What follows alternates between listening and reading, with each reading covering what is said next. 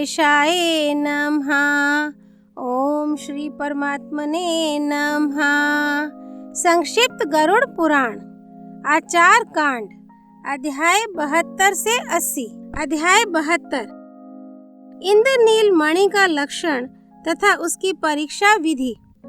सूत जी ने पुनः कहा, जिस स्थान पर सिंहल देश की रमणियां अपने कर पल्लव के अग्रभाग से नवीन लवली, कुसुम तथा प्रवाल का चयन कर रही थीं, वहां पर उस बलासुर के विकसित कमल सदृश शोभा संपन्न दोनों नेत्र आकर गिर पड़े।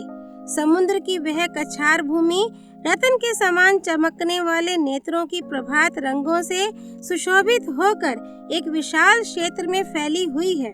वहीं पर विकसित केतकी नामक पुष्पों के वनों की शोभा को फैलाने में प्रति क्षण लगी रहने वाली इंद्रनील मणियों की एक भूमि है। उस वन स्थली पर अवस्थित पर्वत की जो कर्णिका भूमि है, उसमें प्रादुर्भूत होने वाली वे मरकत मणियां नील कमल सदृश कृष्ण एवं हलधर बलराम के द्वारा धारण किए जाने वाले पीत और नील वर्णों की आभा से संपन्न है, काले भ्रमर के समान है। शार्ंग धनुष से सुशोभित स्कंद प्रदेश वाले भगवान विष्णु की कांति से युक्त हैं तथा भगवान शिव के कंठ के समान नील वर्ण और नवीन कषाय पुष्पों के समान आभा वाली हैं। उन मणियों में कोई स्वच्छ तरंगायित जल के समान, कोई मयूर के समान, कोई नीली रस के समान, कोई जल बुदबुद के समान और कोई मणि मद मस्त कोकिल पक्षी के कंठ की प्रभा से आभासित रहती है। उन सभी मणियों में एक प्रकार की ही निर्मलता तथा प्रभा शक्ति की भास्वरता विद्यमान रहती है। उस पर्वत के रत्न गर्भ से प्राप्त होने वाली मणियों में इंद्रनील मणि नाम के रत्न अत्यधिक गुणशाली होते हैं। जिन मणियों में मिट्टी, पत्थर, छिद्र और करकराहट की ध्वनि तथा नील गगन पर आच्छादित सघन मेघ छाया की आभा रहती है, वे वर्ण दोष से दूषित मानी जाती हैं, किंतु वहाँ पर वे ही इंद्रनील मणियाँ अत्यधिक उत्पन्न होती हैं, जिनकी प्रशंसा रत्न शास्त्र के सुविज्ञ जनों के द्वारा की जाती है। धारण करने योग्य पद्मराग मणि में जो गुण दिखाई देते हैं, मनुष्य इंद्रनील मणि को धारण करके उसमें उन सभी गुणों को प्राप्त कर सकता है। जिस प्रकार पद्मराग मणियों की 3 जातियां हैं, उसी प्रकार सामान्य रूप से इंद्रनील मणियों में भी 3 जातियां देखी जा सकती हैं। जिन उपायों के द्वारा पद्मराग मणि का परीक्षण किया जाता है, उन्हीं उपायों से इंद्रनील मणि का भी परीक्षण होता है। पद्मराग मणि को उपयोग योग्य बनाने के लिए जितनी अग्नि के साथ उसका सन्निधान अपेक्षित है, उसकी अपेक्षा अधिक अग्नि का सन्निधान इंद्रनील मणि के साथ होना चाहिए। तब भी परीक्षण अथवा गुणों की अभिवृद्धि के लिए किसी भी प्रकार की मणि को अग्नि में डालकर संतप्त नहीं करना चाहिए। अज्ञानतावश भी यदि कोई ऐसा करता है तो अग्नि की सम्यक मात्रा के परिज्ञान से रहित प्रदाह में जलाने के कारण उत्पन्न दोषों से प्रदूषित वह मणि ऐसा कृत्य करने वाले कर्ता एवं कार्यता करवाने वाला दोनों के लिए अनिष्टकारी होती है। कांच, उत्पल, करवीर, स्फटिक एवं वेदुरे आदि मणियां इंद्रनील मणि के सदृश होने पर भी रत्न विशेषज्ञों के अनुसार विजातीय ही मानी जाती हैं। अतएव इन उक्त सभी मणियों के गुरुत्व एवं काठिन्य धर्म की अवश्य परीक्षा लेनी चाहिए। जिस प्रकार कोई इंद्रनील मणि ताम्र वर्ण को धारण कर लेती है, उसी प्रकार ताम्र वर्ण वाले करवीर तथा उत्पल नामक दोनों मणियों की भी रक्षा करनी चाहिए। जिस इंद्रनील मणि के मध्य इंद्र युद्ध की प्रभा अवभासित होती रहती है, उस इंद्रनील मणि को पृथ्वी पर अत्यंत दुर्लभ एवं अत्यधिक मूल्य वाली कहा गया है। 100 गुना अधिक परिमाण वाले दूध में रखने पर भी जिसकी सांद्र वर्ण की कांति से वह दूध स्वयं नील वर्ण का हो जाता है, उसी को महानील मणि कहते हैं। जिस प्रकार माशादी से की गई तौल के द्वारा महागुणशाली पद्मराग मणि का मूल्य निर्धारित किया जाता है, उसी प्रकार सुवर्ण परिमाण 80 रति की तौल से महागुणशाली इंद्रनील मणि का मूल्य निर्धारित होता है। अध्याय 72 संपूर्ण। अध्याय 73 वैदुर्य मणि की परीक्षा विधि। सूत जी ने कहा, हे द्विजश्रेष्ठ, अब मैं ब्रह्मा के द्वारा बताई हुई तथा व्यास जी द्वारा कही हुई वैदुर्य, पुष्पराग, करकेतन तथा भीष्मक मणियों की परीक्षा विधि को पृथक पृथक कहता हूँ। कल्पांत काल में शुद्ध अगाध समुद्र की जल राशि के गंभीर महानाद के समान दिति पुत्र बलासुर के नाद से विभिन्न वर्णों वाली अत्यंत सौंदर्य संपन्न वैदुर्य मणियों का बीज उत्पन्न हुआ था। उत्तुंग शिखरों वाले विदुर नामक पर्वत के सन्निकट स्थित कामभूतिक सीमा से मिले हुए क्षेत्र में उस वैदुर्य बीज का अवधान होने से एक रत्न गर्भ की उत्पत्ति हुई। बलासुर के नाद से उत्पन्न यह रत्नाकार महागुण संपन्न तथा तीनों लोकों का श्रेष्ठतम आभूषण स्वरूप है। उस रत्नाकार में दैत्य राज के महानाद का अनुकरण करने वाली वर्षाकालीन श्रेष्ठ मेघों की आभा वाली बड़ी ही सुंदर विचित्र प्रकार की मणियां उत्पन्न होती हैं, जिनसे प्रभा के सुफुलिंगों का समूह निकलता रहता है। पृथ्वी पर पद्मराग मणियों के जो वर्ण हैं, उन सभी वर्णों की शोभा का अनुगमन वैदुर्य मणि करती है। उन मणियों में जो मणि मयूर कंठ के सदृश अथवा वंश पत्र के समान वर्ण वाली होती है, उसको श्रेष्ठ माना गया है। जिन मणियों का वर्ण चषक नामक पक्षी के सदृश होता है, उन वैदुर्य मणियों को मणि शास्त्र वेताओं ने प्रशस्त नहीं कहा है। गुण युक्त वैदुर्य मणि अपने स्वामी को परम सौभाग्य से संपन्न बनाती है और दोष युक्त मणि अपने स्वामी को दोषों से संयुक्त कर देती है। अतएव प्रयत्न पूर्वक परीक्षा करनी चाहिए। वैदुर्य मणि के अतिरिक्त गिरिकांच, शिशुपाल, कांच तथा स्फटिक, ये 4 विजातीय मणियां हैं जो वैदुर्य के समान ही आभा फैलाती हैं, किंतु लेखन की सामर्थ्य से रहित होने के कारण कांच, गुरुत्व भाव से हीन होने के कारण शिशुपाल, कांति युक्त होने से गिरिकांच एवं अपने समुज्वल वर्ण के कारण स्फटिक मणि से इस मणि में भेद होता है। महागुण संपन्न इंद्रनील मणि का सुवर्ण 80 रति मात्रा परिमाण के अनुसार जो मूल्य निर्धारित किया गया है, वही मूल्य 2 पल भार युक्त वैदुर्य मणि का कहा गया है। एक विजातीय मणि में वे सभी वर्ण समान होते हैं जो वर्ण मणियों में पाए जाते हैं, फिर भी उनमें महान भेद माना गया है। विद्वान पुरुष को चाहिए कि वे विशेष भेदक के तत्व पर विचार करें। स्नेह, लघुता और मृदुता के द्वारा सजातीय और विजातीय मणियों के चिन्हों का भेद सार्वजनीन है।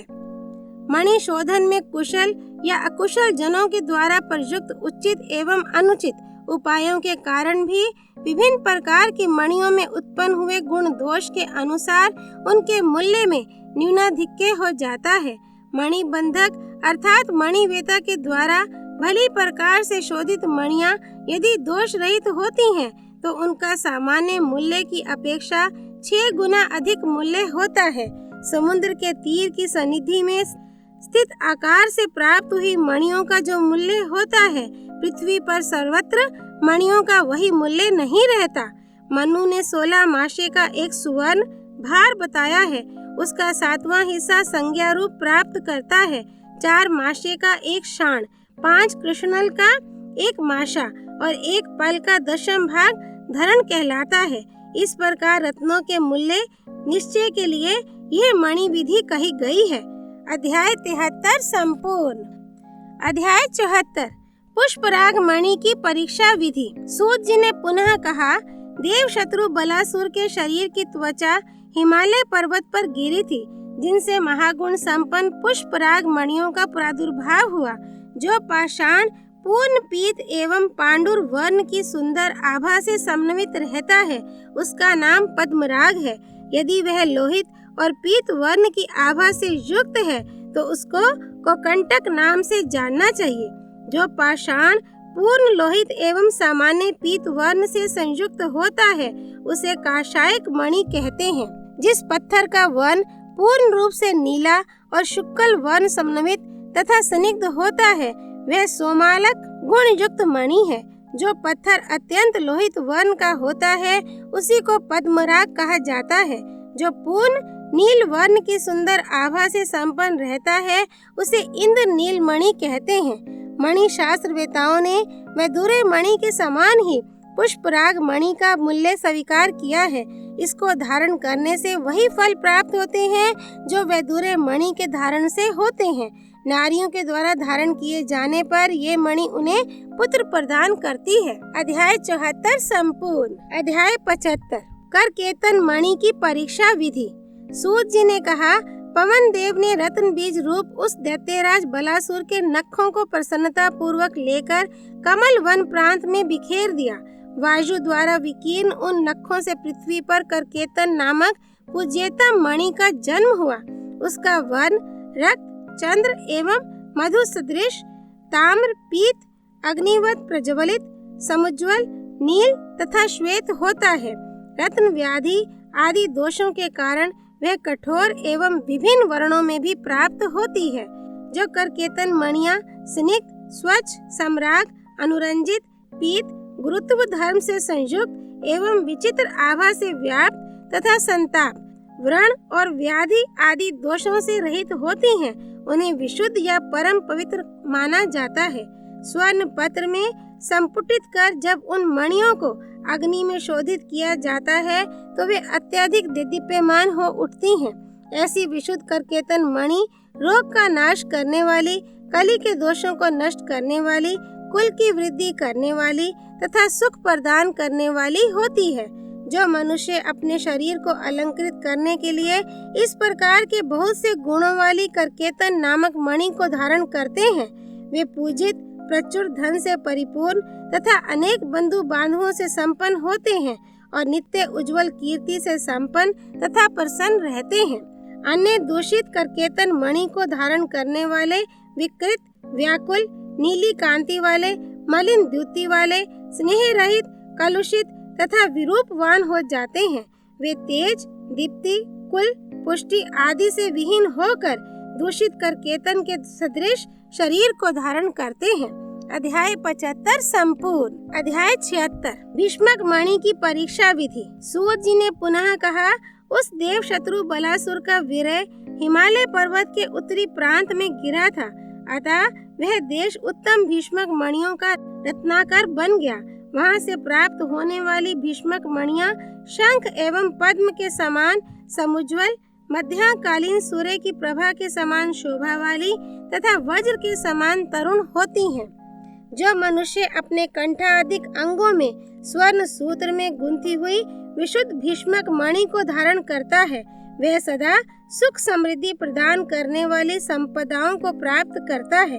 वनों में भी ऐसी मणि से सुशोभित मनुष्य को देखकर समीप आए हुए द्वीपी, भेड़िया, शरभ, हाथी, सिंह और व्याघ्र आदि हिंसक वन्य प्राणी तत्काल भाग जाते हैं। उस मणि को धारण करने से किसी भी प्रकार का भय नहीं रह जाता है।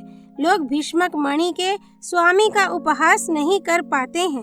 भीष्मक मणि से संयुक्त अंगूठी को धारण करके जो व्यक्ति अपने पितरों का तर्पण करता है, उसके पितरों को बहुत वर्षों तक के लिए संतृप्ति प्राप्त हो जाती है। इस रतन के प्रभाव से सर्प, आखू, चूहा, बिच्छू आदि अंडज जीवों के विष स्वयं शांत हो जाते हैं। जल, अग्नि, शत्रु और चोरों के भयंकर भय भी नष्ट हो जाते हैं। शैवाल एवं मेघ की आभा से युक्त कठोर, पीत प्रभा वाली, मलिन द्युति और विकृत वर्ण वाली भीष्मक मणि का विद्वान व्यक्ति को दूर से ही परित्याग कर देना चाहिए। पंडितों को देश काल के परिज्ञान के अनुसार इन मणियों के मूल्यों का निर्धारण करना चाहिए, क्योंकि दूर देश में उत्पन्न हुई मणियों का मूल्य अधिक तथा निकट देश में उत्पन्न हुई मणियों का मूल्य उसकी अपेक्षा कुछ कम होता है। अध्याय 76 संपूर्ण। अध्याय 77 पुलक मणि के लक्षण तथा उसकी परीक्षा विधि। सूत जी ने कहा, वायुदेव ने दानवराज बलासुर के नख से लेकर भुजा पर्यंत गतिमान रतनमय प्रकाश की विधिवत पूजा करके उसको श्रेष्ठ पर्वतों, नदियों तथा उत्तर देश के अन्य प्रसिद्ध स्थानों में स्थापित किया था। अतएव दाशार्न, वागदर, मेकल, कलिंग आदि देशों में उस प्रकाश रूपी बीज से उत्पन्न पुलक मणियां गुंजाफल, अंजन, क्षोद्र, मधु और कमल नाल के समान तथा गंधर्व एवं अग्नि देश में उत्पन्न हुई मणियां केले के समान कांति वाली होती हैं। इन सभी पुलक मणियों को प्रशस्त माना गया है। कुछ पुलक मणियों की भंगिमा शंख, पद्म, भ्रमर तथा सूर्य के समान विचित्र होती है।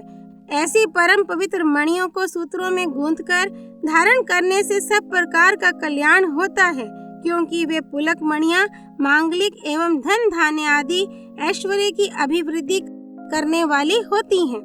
कौआ, घोड़ा, गधा, सियार, भेड़िया तथा भयंकर रूप धारण करने वाले और मांस रुद्र आदि से संलिप्त मुख वाले गिद्धों के समान वर्ण वाली जो पुलक मणियां होती हैं, वे मृत्युदायक होती हैं। विद्वान व्यक्ति को उनका परित्याग कर देना चाहिए। श्रेष्ठ एक पल प्रमाण वाली पुलक मणि का मूल्य 500 मुद्रा कहा गया है। अध्याय 77 संपूर्ण। अध्याय 78 रुद्राक्ष रत्न परीक्षा। सूत जी ने कहा, अग्नि देव ने दानव राज के अभिष्ट रूप को ग्रहण कर कुछ अंश नर्मदा नदी के प्रांत भाग में तथा कुछ अंश उस देश के निम्न भूभागों में फेंक दिया था। अतः उन स्थानों पर इंद्रगोप, वीर बहुटी कीट तथा शुक पक्षी के मुख की भांति वर्ण वाली एवं प्रकट पीलू फल के समान वर्ण वाली रुद्राक्ष मणियां प्राप्त होती हैं। इसके अतिरिक्त भी यहाँ पर नाना प्रकार की मणियां प्राप्त होती हैं। इनका आकार एक समान होता है। जो मणि मध्य भाग में चंद्र के सदृश पांडुर तथा अत्यंत विशुद्ध वर्ण वाली होती है, तुलना में वह इंद्रनील मणि के समान होती है। इसे ऐश्वर्य, धन धान्य एवं भृत्य आदि की अभिवृद्धि करने वाली माना गया है। इस मणि का पाक क्रिया से शोधन होने पर देव वज्र के समान वर्ण होता है। अध्याय 78 संपूर्ण। अध्याय 89 स्फटिक परीक्षा। सूत जी ने कहा, हलधारी बलराम ने उस दैत्य राज के मेधा भाग को लेकर कावेरी, विंध्य, यवन, चीन तथा नेपाल देश के भूभागों में प्रयत्न पूर्वक बिखेरा था। अतः उन स्थानों पर आकाश के समान निर्मल तैल स्फटिक नामक मणि उत्पन्न हुई।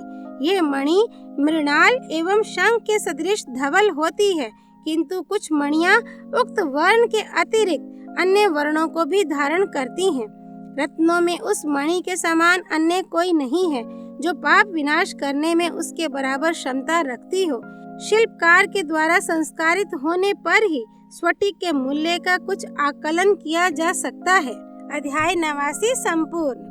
अध्याय 80 विद्रुम मणि की परीक्षा। सूत जी ने पुनः कहा, हे शौनक, शेष नाग ने उस बलासुर के अंतर्भाग को ग्रहण कर केरल आदि देशों में छोड़ा था। अतएव उन स्थानों पर महागुण संपन्न विद्रुम मणियों का जन्म हुआ। उन विद्रुम मणियों में जो खरगोश के रक्त के समान लोहित होती हैं अथवा गुंजा फल या जप्पा पुष्प की आभा को धारण करती हैं, उन्हें श्रेष्ठ माना गया है। नील देश, देवक तथा रोमक नामक स्थान इन मणियों की जन्मभूमि है। उनमें उत्पन्न हुई विद्रुम मणि अत्यंत लाल वर्ण की होती है। अन्य स्थानों से प्राप्त होने वाली मणियां प्रशस्त नहीं मानी गई हैं। शिल्प कला के विशेष योग कौशल पर ही इनके मूल्य का निर्धारण होता है। जो विद्रुम मणि सुंदर, कोमल, स्निग्ध तथा लाल लाल वर्ण की होती है, वह निश्चित ही इस संसार में मनुष्य को धन धान्य संपन्न बनाने वाली तथा उसके विषादिक दुखों को दूर करने वाली होती है। अध्याय 80 संपूर्ण। तमेव माता च पिता त्वमेव, त्वमेव बन्धुश्च सखा त्वमेव, त्वमेव विद्या द्रविणं त्वमेव, त्वमेव सर्वं मम देव देव। श्री विष्णु नारायण भगवान की जय। भगवान रुद्र की जय। गरुड़ पुराण की जय। श्री हरि अर्पणमस्तु।